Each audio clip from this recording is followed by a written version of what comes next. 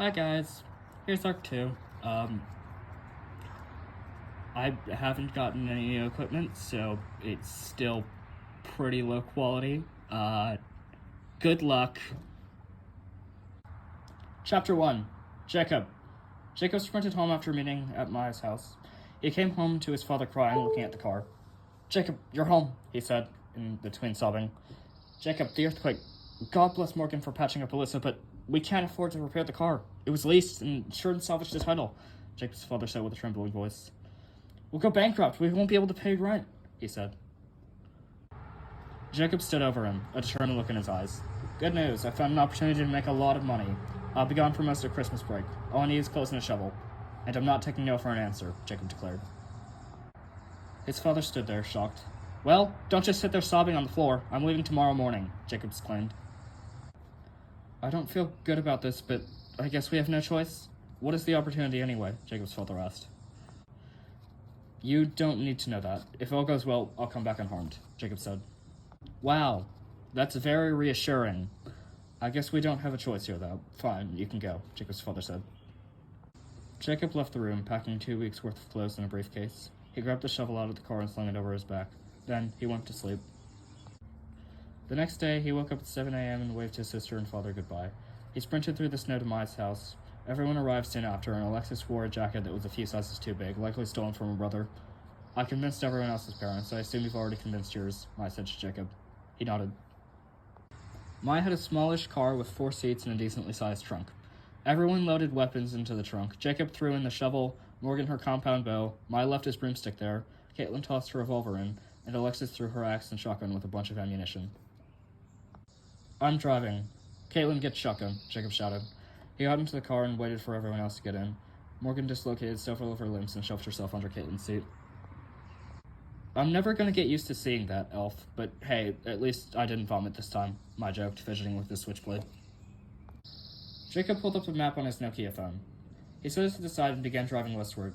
We're going to have to cross through 8 states, including this one. I'll stop and stay the night in a hotel at every state after we leave North Carolina. We'll obviously make pit stops to grab food or collect information. If you see anything that could have something to do with the Echo, let me know, Jacob explained. Morgan's hand popped out from under Caitlin's seat and gave a thumbs up. Elf, you've slept under my mattress for the last 2 days. Why are you so eager to shove yourself into places you shouldn't be able to fit? Maya asked. Don't lie to me. If you had a place just large enough to cram yourself while still being able to escape easily, you'd climb into it too, Morgan responded. Fair enough, Maya replied. Caitlin began sucking a lollipop and writing something in her notebook, and Alexis sat there quietly, lost in thought. About 2 hours into the drive, they stopped at a supermarket for lunch. A few police cars were parked outside the store. As they walked in, Maya heard something. Hey guys, someone's selling something in the alleyway outside the store, he said. Hello again, readers. Here are the results of a 10-mile race. Morgan is first, Alexis is second, Maya is third, Caitlin is fourth, and Jacob is dead last. Chapter 2. Maya listened closely. It sounded like a woman's voice. Each of these syringes contains 3 milliliters of Echo. I want $1,000 per milliliter. I'm open to negotiating. How many do you want? He heard. It's an Echo deal. Elf, come with me. Everyone else stay here, Maya said, drawing his switchblade and rushing outside. Morgan followed him. As he ran into the alleyway, he saw 3 figures. One looked like a woman, one was a tall man, and one was a shorter man. Hey, Maya shouted, swinging around his switchblade. The shorter man immediately dashed out of the alleyway, but was knocked out by Morgan as he tried to escape. The other 2 emerged from the shadows. The woman had very pale skin, white hair, and piercing violet eyes. She was well-dressed and had a sheathed katana on her belt. She was carrying a briefcase. The man was roughly as tall as Jacob, was bald, warm-skinned, and wore shorts with no shirt. He wore a headband and had tattoos all across his torso. Hold this, the woman said, handing the briefcase to the man. Care to explain to me who the fuck you are? She asked Maya and Morgan. Police gathered around the scene, aiming guns at the woman, Maya, and Morgan. Within the blink of an eye, the woman unsheathed their sword and ran it through the neck of each officer, dragging it through the midsection of the final officer. Pathetic, she spat. Elf, you take the big one. I've got this one, Maya shouted. He rushed up at her and blasted her with a shockwave. The woman was sent backwards, catching herself on the floor, otherwise barely phased. The woman's eyes turned from violet to bright red as she unsheathed her sword. She dashed up to Maya and slashed him across the midsection with the sword. Maya recovered and hooked the woman in the jaw, then Roundhouse kicked her in the stomach, knocking the sword out of her hand. All right, now come at me without that stupid sword, Maya shouted, spin-kicking the woman in the jaw. Fine, the woman said under her breath. She ran up to Mai and punched him in the diaphragm, knocking the wind out of him. Mai grabbed the collar of her suit and blasted them both to the ground with a shockwave. Then he struggled her into an Ezekiel choke. Good girl, Mai joked. What the fuck? The woman replied. She fit her hand under Mai's arm and grabbed his throat, strangling him and forcing him off of her. She grabbed her sword and crawled onto Mai. Mai grabbed her arm as she attempted to slit his throat with the sword. He used his other arm to force her into an improvised Kimura. Meanwhile, Morgan was being beaten into a bloody pulp by the tattooed man. She looked over at Mai for a second. Mai, this looks wrong on so many levels. You're supposed to knock her out, not whatever the hell this is, she exclaimed in between being hit. I'm working on it, Mai responded. The woman grabbed Mai's arm and tried to pry it off as Mai transitioned him out with her lying prone. He put her in a headlock with one arm and controlled the sword with the other. Are you done fighting or do I have to choke you out? Mai asked. Bad move, the woman said under her breath. She reached behind her back and grabbed Mai's throat. Mai heard 2 gunshots. Then the woman slammed his face into the pavement and got up while he was disoriented. Mai got up and saw Caitlin firing at the taller man, who had finally knocked Morgan out. Mai blasted him with a shockwave and swept the briefcase, running to the car. Jacob got in the driver's seat, and Mai climbed in the back and passed the briefcase to Jacob, who then started driving. As the car picked up speed, the woman jumped onto it and punched a hole in the roof. Mai blasted her off with a shockwave, sending her flying into the floor at over 100 miles per hour. See that forest over there? Park there, Mai said. Jacob parked there. Okay, you're the fastest of us, so protect the briefcase. I'll drive back and get the others. If anyone attacks you, just run, Mai told Jacob. Jacob jumped out of the car with the briefcase and started running into the forest while Mai drove back to the store. As he drove, the pale woman stood in the road, wielding her katana. She leapt out into the car, shattering the windshield. Mai slammed on the brakes, threw the car into park, and stabbed the woman with a switchblade. He dived into the trunk, grabbed the broomstick, and blasted the woman out of the car with a shockwave. Then he sprawled out of the trunk and prepared to fight. The woman scratched the blade with her nails, creating sparks and somehow lighting the blade ablaze. Mai ran at her, attacking her with the broomstick. The woman cut the broomstick into pieces and thrust the burning blade into Mai's side, embedding the sword into his gut. Mai hacked and stabbed the woman in the arm with the switchblade. He leapt backwards, escaping the burning blade, then slashed the air, sending several sharpened shockwaves at the woman, who batted them away with her blazing sword. Hurry the fuck up! You're wasting my time, the woman said. Boxing and capoeira aren't good at stopping swords. I have to get her on the ground, Mai thought as the woman ran at him. Mai stamped the ground below him, violently shaking it within a 5-meter radius, tripping both him and the woman. He lunged forward and wrapped his legs around the woman, grabbing the sword arm. Mai tried to slit her throat with the switchblade, and the woman grabbed his arm and tried to force him to cut himself. The woman pulled herself up to Mai's neck and bit it. Mai flinched in pain and let go of the sword arm, which the woman used to stab him through the stomach. Mai nearly vomited as the red-hot blade pierced his stomach and lodged itself in. Mai flicked the switchblade to his other hand and began repeatedly stabbing the woman in the chest. The woman dug the sword deeper in, and Mai threw himself off with a shockwave. He coughed up blood as the woman got up. Her sword flame was extinguished by the shockwave. Mai began sprinting towards the store, and the woman ran after him. He blasted her away with another shockwave and ran up to the store, surveying the situation. Caitlin and Morgan were both knocked unconscious, and Alexis was struggling to dodge all of the tall man's attacks. He ran and picked up Caitlin's gun, shooting the tall man twice. Hello. Here's another band statistic. Each member's favorite sport. Jacob's is rugby, Mai's is boxing, Caitlin's is volleyball, Morgan's is trail running, and Alexis doesn't know how to play any sports. Chapter 3. Alexis. The tall, tattooed man threw an onslaught of attacks at Alexis. She saw each one coming and instinctively dodged each. 2 bullets hit the tattooed man and stunned him for a second. Grab Caitlin and run, Mai shouted, grabbing Morgan and blasting the tattooed man backwards with a shockwave. He began running with Alexis to the car. They made it to the car, threw the others in, and Mai began driving to the forest where he dropped Jacob. They arrived at the mouth of the forest. They're looking for us. I can feel them. They'll find us any minute now, Alexis said. Grab your weapons and look for Jacob. I'll keep the others safe, Mai said. Alexis opened the trunk and pulled out her shotgun. She ran into the woods looking for Jacob. Hey, Jacob, it's me, Alexis. You can come out now, she shouted. A few seconds later, Jacob walked out of some bushes carrying the briefcase.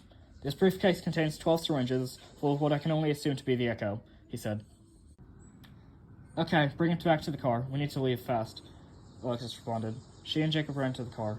Jacob got in the driver's seat and started the car. He drove to a nearby bar. We should be able to rest and regroup here. Morgan, stay outside and keep the briefcase safe, Jacob said. Everyone else walked into the bar. Alexis felt someone watching them. She looked around. Nobody had any weapons. Alexis went to the bathroom, then looked around again. A man sat next to Jacob. He had gray hair, dark bags under his eyes, and was tall but shorter than Jacob. Looked about 20 years old. He set off alarm bells in Alexis' mind for some reason. She listened to their conversation. Hi, Jacob. Nice to meet you. For a drink? Let's have a nice chat, he said. His voice was slimy and off-putting. Jacob declined. He was clearly also uncomfortable. The man looked disappointed and walked away. Alexis walked up to him. Hello, what's your name? She asked. Call me Joshua. You are? He asked. Alexis, she responded. Can I buy you a drink, Alexis? He asked. Sure, I'll just take some water, she responded. The man looked disappointed. Alexis got closer to him. You better explain to me right this second what the fucking hell you were hoping to do with my friends. Don't lie to me, I'll know, she whispered in his ear. Come with me and I'll tell you, he said. Alexis could immediately tell it was a trap. No, tell me right here, or I'll kill you, she said, drawing her switchblade. The man began walking away out of the bar door.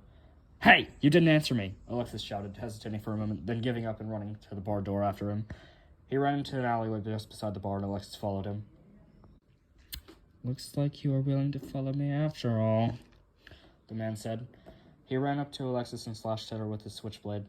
Alexis saw the attack coming and dodged, then stabbed the man in the face. You've got eyes of a killer. This'll be fun, the man said, kicking Alexis in the stomach and slamming her into the alleyway wall. He punched her in the face and kicked her in the groin. Alexis stabbed the man repeatedly in the stomach, then punched him in the face. He grabbed her throat and slammed her head into the wall. Alexis was unfazed and kicked the man into the wall. Wow, you're strong too. I'm impressed, the man said. He grabbed Alexis' arm and slammed her into the wall over and over again. Alexis punched the man in the throat. He was completely unaffected. He kicked her in the stomach, sending her flying into a nearby car. Then an arrow hit the man in the neck. Get away from here, you fucking ass crack, Morgan said.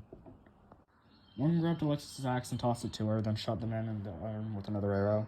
Alexis took a swing at him and cleaved him in the shoulder. The man scrambled to his feet and ran away. Are you okay? Morgan asked. I'm fine. He could barely scratch me, Alexis replied. She walked back into the bar. It felt safer now. Alexis grabbed her arm and breast and sat down and ordered water. She drank several glasses and discussed with Jacob and Caitlin. The Echo was some sort of liquid. It had a solid dark green color, like a plant, and whoever the chief was, he was probably the one selling it. We shouldn't stay in one place for too long. They'll find us. They're looking for us. I can feel them, Alexis said. All right, I'm starving. We didn't have a chance to get food back there. Let's go get some food, I said. Hi again. Here's another Bantam stick. In terms of physical durability and resilience, Alexis is first, Jacob is second, Morgan is third, Maya is fourth, and Caitlin is last. Chapter 4. Caitlin. Jacob drove to a nearby McDonald's, and the group walked in. Alexis stayed in the car. Jacob and Caitlin sat at a table together, and Maya and Morgan sat at a separate table. Caitlin sat at the very edge of the seat. The group designated Maya to order. Hey Jacob, I've been working on this poem. It's inspired by the events of the last 2 days. I need your opinion. And I need some help on the Volta, Caitlin said. Sure, go ahead and read what you've got so far, Jacob responded. Okay, The Spectre by Caitlin Astor. It watches while I sleep. It skulks through the dark tree line. It stalks, watches, and creeps, screeching through the moonlit pines. I see its silhouette, so am I to try and fight? The echoes of its steps as it ambles through the night. That's all I've got so far, she said. Sounds pretty good so far. Maybe write something about fighting the echo for the last few lines. That is what we're here for, after all, Jacob responded. Caitlin received a text from Alexis. The villains found us. I can feel them. Do you have your weapon? Caitlin read. She felt around her purse for the gun, then drew it. Morgan hadn't brought her bow and Jacob hadn't brought his shovel, but they would be fine without them. Caitlin produced a lollipop from her pocket and began sucking it. Hey, Caitlin, can I borrow your MP3 player? I asked. Yeah, sure. Here, Caitlin replied, handing it to him. Thanks, I replied. Myron fetched the group food. Jacob and Caitlin sat and ate. Caitlin chomped on her lollipop and began drinking coffee. Everyone was done eating within a few minutes. Alexis walked into the restaurant with a briefcase and her axe. She handed the briefcase to Jacob. They're here. Get ready, she said. As she spoke, the group heard a glass shatter and looked over. The pale woman walked into the restaurant. Jacob, keep the briefcase safe. Morgan, Alexis, Caitlin, take out the girl. I've got the big one this time, Ma said, walking out of the building. Caitlin loaded the gun and fired twice at the woman, clipping her in the shoulder and below the collarbone. The woman looked at Caitlin, her eyes turning from violet to bright red. Jacob dashed out of the building with the briefcase, and Alexis charged the woman with the axe. Caitlin climbed onto the table and shot the woman twice more. She drew her sword and effortlessly blocked Morgan and Alexis' attacks at the same time. She leapt onto the table. Roundhouse kicked Morgan and knocked her out instantly. Hello, here's some basic character information for Robert, the man that I challenged. His full name is Robert Heyman. He is 28 years old. He's a male, stands at 6 feet and 4 inches tall, and is a muscular, bald Asian man with tattoos across his body. He doesn't wear shirts. Chapter 5. Mai walked outside and greeted the tattooed man. Hello, may I ask your name? Mai asked. Robert Heyman, yours, he responded. Matthew Jora, call me Mai. Anyway, let's take this somewhere where we won't cause too much destruction, Mai responded. They walked to some nearby woods. Mai threw off his poncho, revealing a black rash guard. "All right, let's play," Mai said. Robert ran up to Mai and roundhouse kicked him in the side. The kick threw Mai off balance. Mai grabbed Robert and tried to trip him, but was thrown off. Robert knee struck Mai in the stomach and slammed his elbow into his back, throwing Mai to the floor. "I can't get him to the floor. He's stronger than me. I'll have to win standing up," Mai thought. Mai blasted himself into the air with a shockwave and kicked Robert in the back, sending a shockwave reverberating through him. Robert threw an elbow swipe at Mai, who dodged and landed on the floor, punching Robert in the gut. Robert stumbled backwards. Robert looked at Mai and punched him in the face, sending him flying into a tree. Mai tasted blood building in his mouth. He got up and leapt into the air, kicking Robert. Robert blocked the kick with his arm and grabbed Mai, slamming him into the floor. Mai slipped out a switchblade and stabbed Robert in the arm, forcing him to let go. Mai disengaged and slipped behind Robert, just stabbing him in the back. Then he slipped between Robert's legs and threw a haymaker at his chest, sending vibration through him. Robert coughed up blood. Robert clinched Mai and kneed him repeatedly in the stomach, finishing with a roundhouse kick to Mai's side. Mai was knocked off his feet and onto the floor. He coughed up a mix of blood and vomit. Mai kicked Robert in the gut from the floor, then got up and threw a haymaker at his chest. Robert howled in pain, grabbing his chest. "God damn it, why am I so cold?" Robert shouted. He kicked Mai, sending him flying, smashing through a tree into a boulder. Mai brushed off snow and wood chips, then blasted himself forward with a shockwave, stabbing Robert in the face with his switchblade. Robertson kicked Mai's legs, knocking him to the floor. He stomped on Mai, then kicked him repeatedly. Mai vomited in front of him and forced himself to his feet. Robert turned blue in the face. He coughed repeatedly. Mai right hooked him in the jaw, then jabbed him in the chest and threw a haymaker at his side. "How the fuck are you still alive?" Robert shouted, roundhouse kicking Mai. Mai caught the kick and used the momentum to slip behind Robert, spin kicking him in the lower back. Robert trembled and almost fell off balance. Mai threw another haymaker at his back, sending yet another shockwave through him. Robert punched Mai in the chest, sending him flying a few feet backwards. The attack felt weak. There was nothing behind it. Mai walked a few feet backwards. "I have to admit, I'm surprised you've survived this long," Mai said with a smile. Robert clutched his chest, gasping for air. His wounds didn't bleed. They hardly had a different color. "What the hell have you done to me?" Robert asked, with a labored voice. "Allow me to show you," Mai said. He pulled out the MP3 player and waved his hands. Robert began screaming and clawing at his chest as The Real Slim Shady by Eminem became faintly audible. "What the fucking hell?" Robert asked. "You see, pretty much everything has a frequency it'll vibrate at. This includes your heart. If I keep the volume at a reasonable level, I can manipulate the frequency of the music from this MP3 player to keep the blood inside your heart. At this volume, you shouldn't be able to hear the music, but if I play it louder, I can slowly tear your heart apart," Mai said, waving his hand and increasing the volume. "And I can change the frequency of my own heartbeat to cancel it out, leaving me unaffected," I commented. Robert howled in pain and grasped his chest.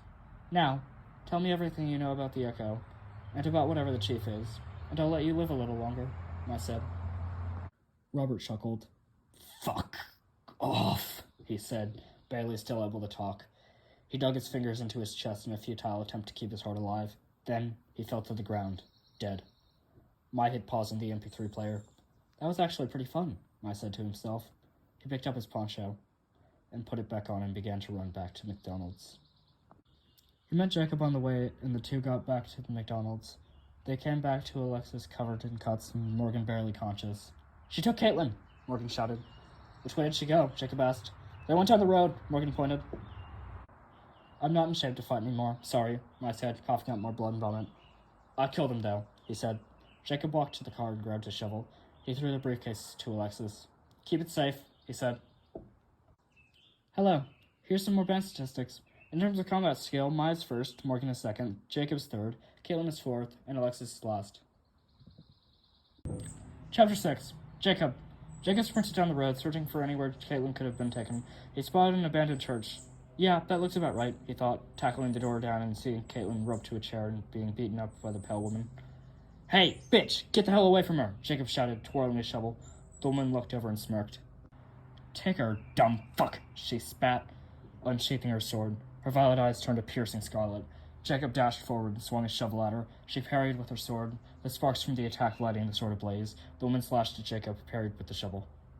Jacob knocked backwards as the woman accosted him with the red-hot blade. He dashed forward and grabbed the woman's fiery sword, thrashing her into a nearby wall. Jacob headbutted the woman. She felt her skull crack and fracture as blood began trickling down her forehead. Jacob shoved her away and leapt into the air, sweeping her in the neck with his shovel while she was still dazed. The woman stabbed their blazing sword into Jacob's diaphragm. Jacob grunted in pain and stumbled backwards as the woman slashed him repeatedly. Each hit seared and cut into Jacob's flesh. Jacob parried a slash with his shovel and launched a counterattack, hitting the woman in the chest. Then the woman swiped the shovel's metal handle near Jacob's hand, throwing the shovel away from him. Jacob tackled the woman into a nearby wall, denting it. She got up and spat out blood. "You're a real fucking nuisance, asshole," she grunted, dashing at Jacob. Jacob grunted as his burns throbbed. The woman stabbed Jacob in the side of the neck.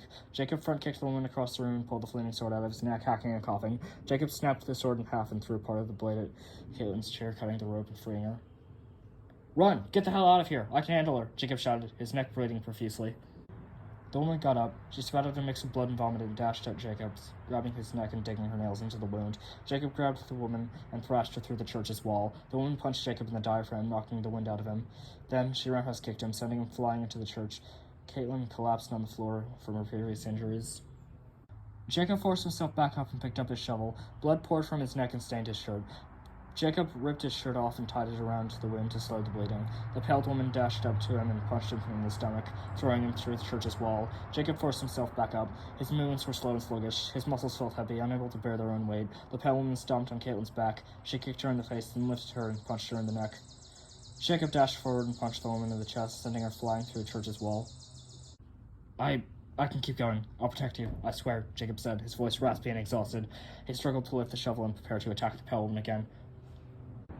The woman stood up and dashed back into the church. She uppercutted Jacob in the face, right-hooked him in the side, and grabbed his neck. Jacob brought the shovel down on her, throwing her off him and throwing the shovel through the other side of the church. The pale woman got up. "Your attacks are losing their bite. Pathetic," she spat, dashing up to Jacob and pummeling him in the face. Jacob staggered backwards and coughed up blood. The pale woman chased him, hitting him and kicking him over and over. Jacob collapsed, completely exhausted and unable to stand. The woman kept attacking him. Then, something blasted her across the room. Caitlin stood up as air vibrated around her hands, creating a rhythmic buzzing sound. Caitlin had a determined look in her eyes. "Hi again. Here's another band statistic. Singing proficiency. First is Morgan, second is Mai, third is Alexis, fourth is Jacob, and fifth is Caitlin." Chapter 7. Caitlin.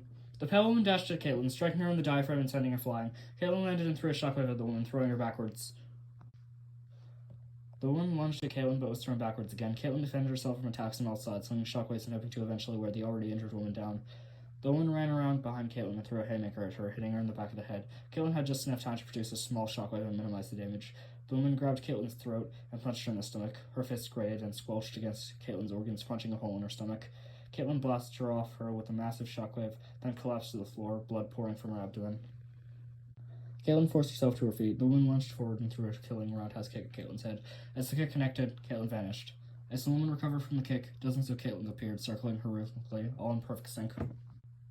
"Fucking hell," the pale woman spat. The duplicates dashed at the woman in sync. She hit 15 of them in quick succession and caused them to vanish, but the real Caitlin hit her in the face with a sound-enhanced uppercut, throwing her through the church's wall. Caitlin leapt out of one of the holes in the church with a shockwave. As the pale woman pounced back into the church, Caitlin threw a shockwave at the church's barely stable wall, bringing them down and causing the entire church to collapse on the woman. Caitlin backed away as she watched something shake onto the rubble. "Shit," she said to herself. She tried to throw another shockwave, but nothing came out. A bloody arm forced its way out of the rubble. Caitlin collapsed to the floor as blood rushed out of her abdomen. The pale woman lifted the rubble off herself and coughed up blood. "Fucking shithead," she coughed.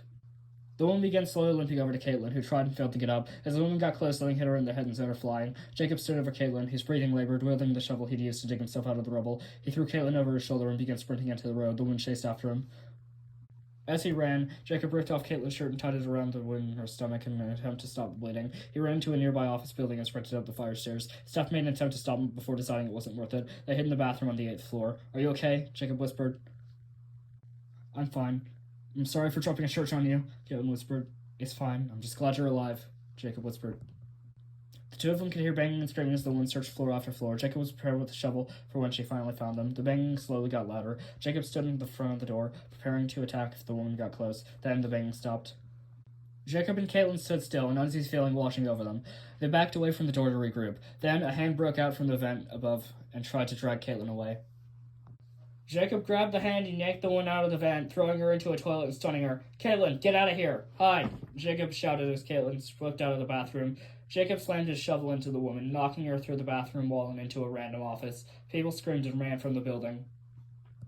Jacob sprinted into the office. He began running down the hallways, trying to distract the woman. She got up and ran after him. Jacob got to the stairs and collapsed on the floor, vomiting blood. The woman kicked him through the wall and out the 8th story of the building. Caitlin hid in a cubicle on the 9th floor. She focused on the rhythm of her heartbeat and felt her sound abilities return.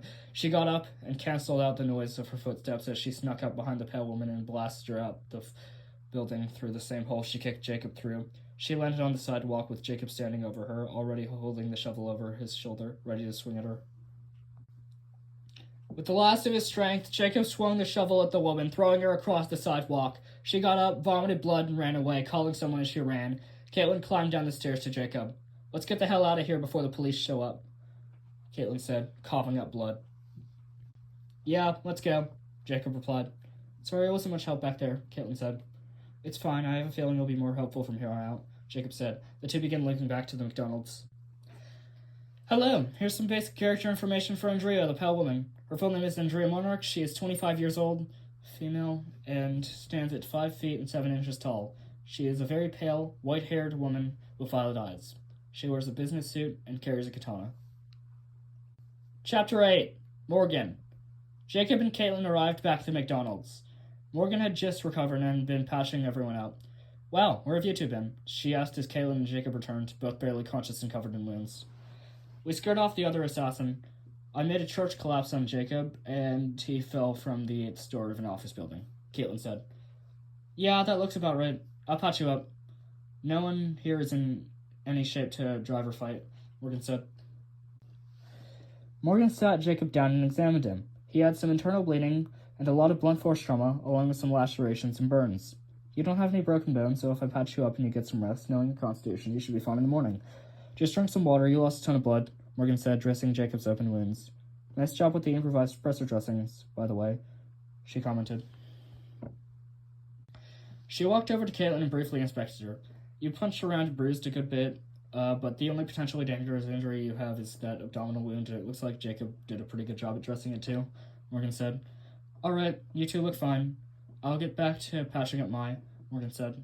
Alexis sat in the car. She looked pale and out of breath. Morgan finished dressing Mai's wounds. The group walked to the car and got in. "All right, who wants to drive? Mai and I are the only ones here who've been to driving school, and I'm the only one with a full license, and we're both too injured. I vote for Morgan," Jacob said. "No, I've never driven anything, and I want to check out these echo syringes," Morgan said. "I'll drive," Jacob said. "You should probably get some rest, but I don't like the idea of anyone else here driving, so sure," Morgan said. The group began driving. Mai and Morgan inspected the echo syringes in the back seat. "Wait a second, this is algae. These syringes are full of algae," Morgan said. Mai took a closer look. "So either the echo is an algae, or whoever is selling these infected algae with the echo to make it more portable. I'd guess the second one, since the echo is contagious and spreads through contact," Mai said. Morgan shook the syringe. The algae swirled around. "I'd guess putting it in algae gives it a pretty short shelf life. Maybe 3 days in the briefcase, more if it's open and can photosynthesize. They'd need to make sure the water oxygen was very high, though," Morgan said. "Does anyone have a cup?" Mai asked. "I don't like where this is going, but here," Jacob said, giving him an empty McDonald's cup. Mai took one of the syringes and injected it into the cup. Once the liquid was out of the cup, a static noise was audible in the car. "Mai, what the hell?" Morgan shouted. "Just trust me on this, Elf," Mai said. "It'll spread," Morgan shouted. No, it won't. It's spread through direct contact. As long as none of you touch it, you should be fine," Mai responded. "We don't know that. It could be airborne," Morgan said. "Worst case scenario, I have to knock one of you out and hit you with a shockwave. I'm fairly confident in my ability to do that. Now, listen to me. When Alyssa got infected, she spread it slowly. If it was airborne, she would have infected the entire school. It looks like it's waterborne and spread through direct contact, and the effects happened fairly quickly. The boy she infected attacked us at most within 4 hours of being infected. Jacob said his sister started acting weird immediately after the tree encounter. It doesn't have a long incubation period, so the entire school reasonably should have been infected if it was airborne," Mai explained. "Okay, fine. Where are you going with this? Why are we dumping the dangerous sound virus into a McDonald's cup?" Morgan asked. "So I can experiment with it," Mai said. He snapped and manipulated the sound, hitting the algae with ultrasonic waves and seeing how they responded. They blasted away with their own tiny sound waves. Mai tipped the cup, and the algae tipped with it. "This is a single-celled form of algae. They don't seem to have the ability to work together, so they have little to no means of locomotion. They're perfect for transport, I said. He blasted them with a tiny shockwave and instantly stopped the static sound. But, from the looks of it, they'd be easy to kill in this form, Mai explained. Morgan nodded. Yeah, that all makes sense, Morgan said. Mai spent the rest of the car ride fidgeting with his switchblade. Morgan crammed herself under the seats, and Caitlin furiously wrote down possible voltas for the poem. About 2 hours later, the group crossed into Tennessee. They pulled into a hotel, and Mai used the sound manipulation to convince the staff to let them in free. They only had single and double rooms. They got a double room and walked there. These beds have enough room for 2 people each. Jacob and Caitlin can sleep together. I'll sleep under the mattress. Alexis, are you okay sleeping with Mai? Morgan asked. Alexis nodded faintly, then collapsed to the floor. Hello again. Here's some more band statistics. Hobbies outside of music. Morgan likes adventuring in the woods. Caitlin likes writing poetry. Mai does martial arts. Jacob does rugby and boxing. And Alexis just likes being with the other band members. Chapter 9. Alexis. Alexis woke up beside a campfire outside the hotel with Morgan sitting across from her, cooking something. You're awake, Morgan exclaimed. What happened? Alexis asked. You almost died. I brought you back by feeding you salt packets, Morgan said. What the hell? Alexis asked. You've consumed nothing but water today. You had a seizure from hyponatremia, Morgan said. A seizure? Shit, sorry, Alexis said. You're fine, don't apologize. Here, eat this. It's venison line. I killed a deer and fed the rest of it to the others. They eat like football players. You worry me, though, Morgan said as she handed Alexis a paper plate full of meat. Alexis poked the meat with the plastic fork Morgan gave her. Eat up. It's completely lean, Morgan said with a smile. Alexis ate the meat quickly, then ran to the trash can outside and threw out the empty plastic plate and fork. Thank you, Morgan, Alexis said. Morgan passed the campfire. Hey, Alexis, come with me, Morgan said, running with Alexis in a seemingly random direction. Alexis followed her, sensing no danger as she began climbing a forested hill. It was quickly getting dark out. Alexis watched as Morgan effortlessly climbed a wooded hill. She chased her, trying her best not to slip. Morgan ran up to a massive tree. Hey, Alexis, let's climb this thing. I'll help you, Morgan said. Alexis looked up nervously at the tree. I'm not sure about this, she said. Don't worry, I won't let you fall, promise. And even if you do, you've shrugged off worse than a 50-foot drop, Morgan said. Morgan began climbing. She grabbed Alexis's wrist and helped her climb with her. She reached the top branches, checked their stability, and swung Alexis onto one. Then, she threw herself onto one. Alexis could clearly see the sunset over the Christmas-decorated city. If you're ever wondering what I'm doing when I don't show up for band, I'm probably doing something dumb like this, Morgan said, giggling. The two watched the sunset on the tree, and then watched as the night fell over the brightly lit city. All right, ready to climb down now? Morgan asked. Yeah, that was fun, thanks, Alexis said genuinely. Morgan grabbed Alexis's wrist and helped her climb down, and the two ran back to the hotel. Hey, is Alexis okay? How is she? Caitlin asked as Morgan and Alexis walked into the hotel room. Yeah, she's fine now, Morgan responded. I'll sleep on the floor tonight, Alexis said. Morgan crammed herself under Mai's mattress. That's still weird, Alf. How do you breathe under there? Mai asked. I breathe through the bottom of the bed frame, Morgan replied, her voice muffled under the mattress. That cannot possibly be comfortable, Mai said. Yeah, it is, Morgan replied. The group laid down and went to sleep. Hello again. The band's current location is a hotel in Knoxville, Tennessee. Chapter 10. Joshua. Joshua woke up in his car with no memory of the day's events.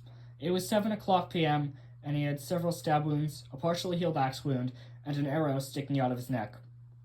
Joshua pulled the arrow out of his neck. The wound, which had previously been plugged by it, began bleeding again. He put pressure on it with his hand. He looked into the tree line, watching as a tall, dark figure with a terrifying, unnaturally wide smile slowly walked the perimeter of the end of his view. You started shooting a stranger again, I take it, Joshua whispered. He knew it would hear him anyway. The creature spoke. Yes, I tried to kill some bitch outside the bar. It didn't go too well. It is a slimy, disgusting voice. I can see that, fuckwad. Why are you like this? Was the girl Banshee? Joshua asked. No. She had the durability, but she was too young, too sloppy, and looked like she was part of her own friend group, the creature said. Wait a second, are you saying there's a possibility we have another group of genetic freaks of nature on our hands? Joshua asked. It's a possibility. Her friends seem strong too, the creature said. Shit! Why do you have to try to drug strangers in bars? It should be fine, though. We'll have to figure out how to cross into Tennessee soon, Then we'll figure out some way to take a plane to California, Joshua said. He started the car and began driving. Getting through the border won't be difficult, but I have to avoid Tulsa at all costs. I've already managed to buy a plane ticket, but getting through security will be extremely difficult. As for tonight's hotel, I'll use cash to pay, Joshua whispered. Joshua reached into the back of the car and pulled out his backpack. He opened it and pulled a USB out of a small pocket. Okay, great. It's still here, he said, putting the USB in his pocket. Joshua pulled up to a bank, put a scarf around his face to conceal his mouth, and walked inside. Hello, I'd like to make a withdrawal. I need $100 in cash, he told the teller. Joshua gave them his debit card. The teller ran it through the system. The teller nodded and handed Joshua a $100 bill. Thanks, Joshua said. He walked out. That was way easier than I thought. I should probably get out of here, though. Police will be here soon once they see my account get used, Joshua thought. Joshua kept driving until he got to the border. He crossed over into Tennessee and drove to the nearest hotel. He pulled into the hotel. One of the cars parked there was heavily damaged. Joshua didn't give it much thought, though. He walked into the hotel. The staff greeted him and asked him if he wanted a single or double room. Single, he said. The staff asked for payment. Joshua pulled out the cash and paid. Can I see your ID? The employees asked. Joshua showed her his ID and was brought to his room. He lied down in bed. Do you plan on letting me sleep this time? Joshua whispered. The creature, still standing just at the edge of his vision, spoke. Why'd you show the employee your ID? It asked. Relax, hotels don't usually verify that stuff unless they're suspicious of foul play. Using a fake ID could make me more suspicious. And, if the cops do show up, we'll just fight them off, he explained. Joshua pulled the USB out of his pocket. It's 10 o'clock. If I remember correctly, that was when the 10-minute time window starts, he said to himself. He pulled his laptop out of his backpack and plugged in the USB, watching as it downloaded something. About 10 seconds later, an audio call began with the laptop. A distorted voice spoke through it. Hello. I take it you're hoping to take down the chief?